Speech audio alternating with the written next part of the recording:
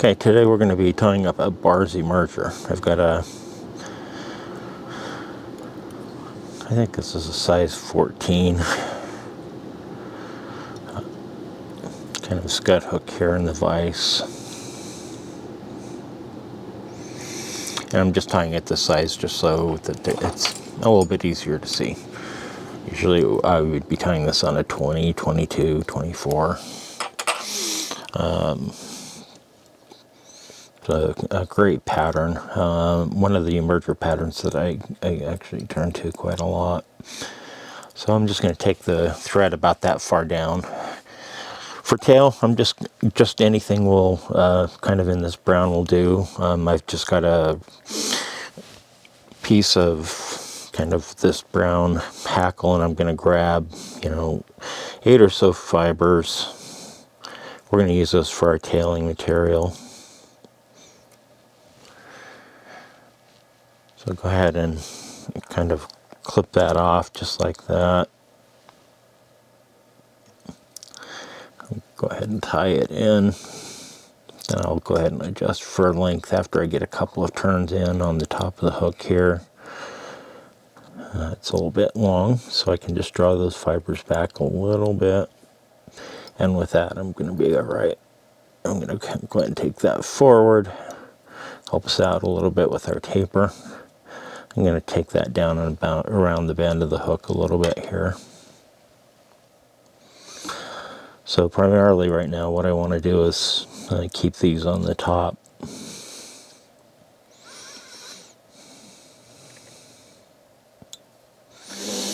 Now sometimes folks will just tie this in a bit longer and then clip them off, which is certainly a doable approach, doing it this way this time. So get that tied in. We'll go ahead and get the balance of this taken out with our scissors. I'm going to be covering most of this up with some dubbing here. For dubbing, I'm going to go with some squirrel dubbing. I'm going to go with some just olive dubbing. This one, it happens to be a little bit of a darker olive. And you're not going to need a whole heck of a lot. This is a 14, so it may require more than I would typically use, but I try to get rid of in this case, it has some guard hairs in it. I'm just getting rid of especially the black ones. I'll go ahead and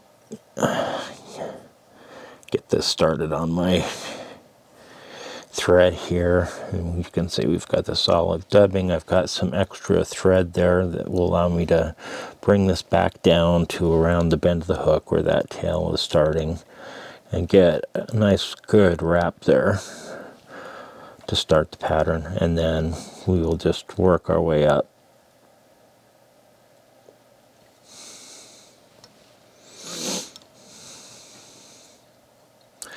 Yeah, I'm going to need to go after a little bit of extra here. Okay, so I've gone ahead and I've added a little bit more dubbing here just so that I can get this body a little bit more tapered up.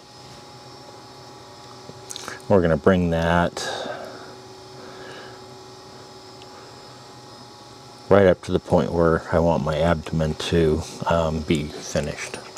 I'm going to take a little bit of medium-sized pearl tinsel here just to give this one a little bit of extra pop. I'm going to tie that in next. I'm just going to take a couple of thread wraps here, making sure it's centered over the top of the body, and then I'm just going to draw it backwards. That'll hold it nicely in place for us here. And the next material we're going to use some wood duck feathers. Now, because I'm going to be cutting this one off, trimming some legs that will be going out backwards, I'm going to go ahead and use some of the wood duck that has the black tip because it's going to be cut off anyway. Typically I don't want any of that black, and I'm not going to want any here either.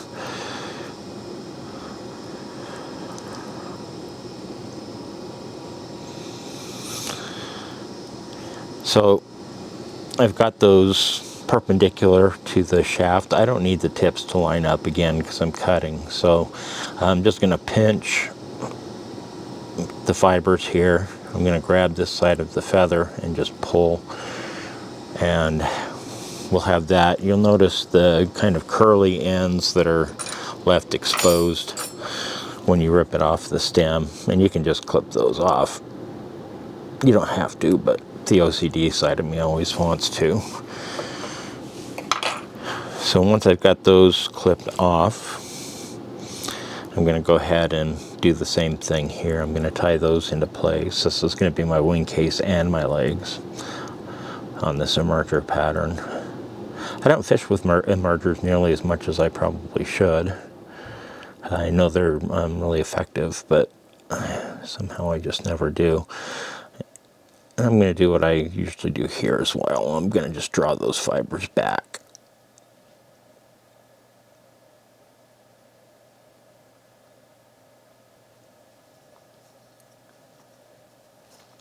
And with that, I'm going to go ahead and take a few more turns back towards where I'm going to have the thorax start. So I'm going to want that thorax to start right about where the point of the hook is.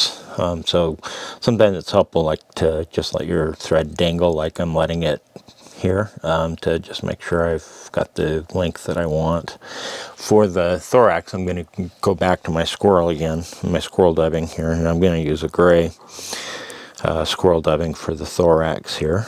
So grab myself a little clump of gray dubbing here.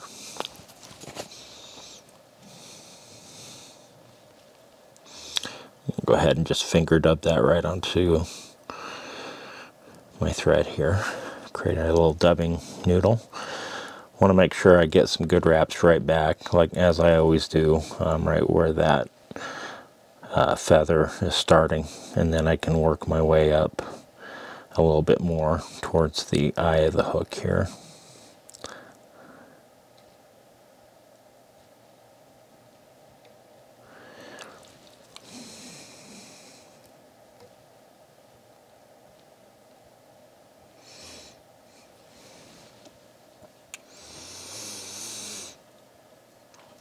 And that's not bad. I wouldn't mind having it a little bit beefier, so I'm going to go ahead and go back and grab myself just the tiniest little bit of extra. So once I've got a little bit of that extra dubbing on, I'm just going to go ahead and come back into that thorax a little bit, just so we can make it a little bit more pronounced. And that will do us just fine. With that done, we're going to go ahead and pull our wood duck right over the top to be that wing case that we're looking for. I'll just take one wrap like that, and then I can kind of spread it around a little bit on the top to make sure I've got a good wing case, and hopefully you're able to see that a little bit there. Once I've got a couple of thread wraps in here, I'm going to go ahead and take a couple of thread wraps in front as well.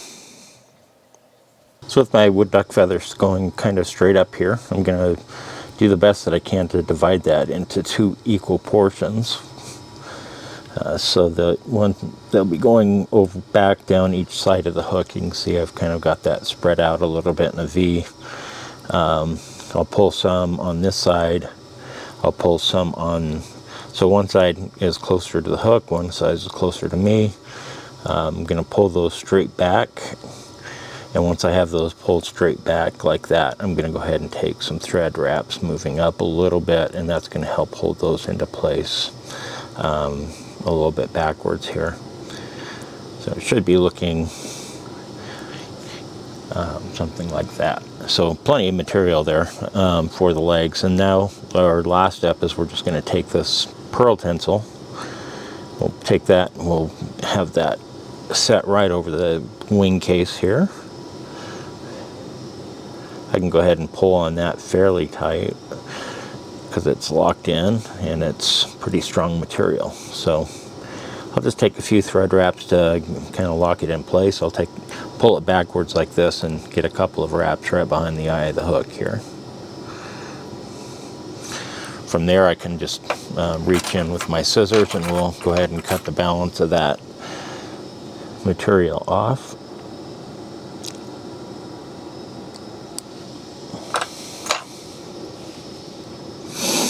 We'll just tidy up a little bit with a few thread wraps. I don't want a huge head on this, but we can take a few wraps here to kind of cover up that little bit of mirage that's left.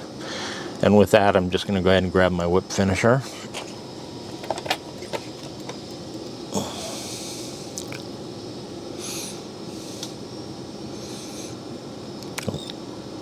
Take 4 or 5 turn whip finish, moving backwards, back towards the back.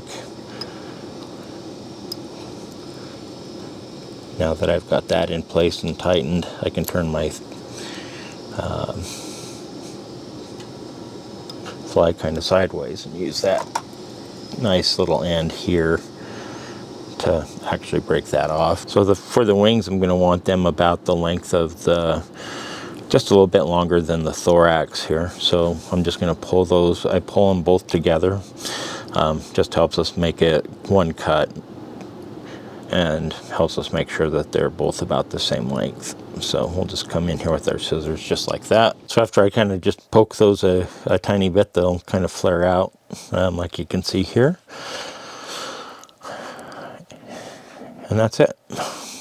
There you go. There's the Barr emerger, a great emerger pattern. Obviously very pretty simple to fly to tie.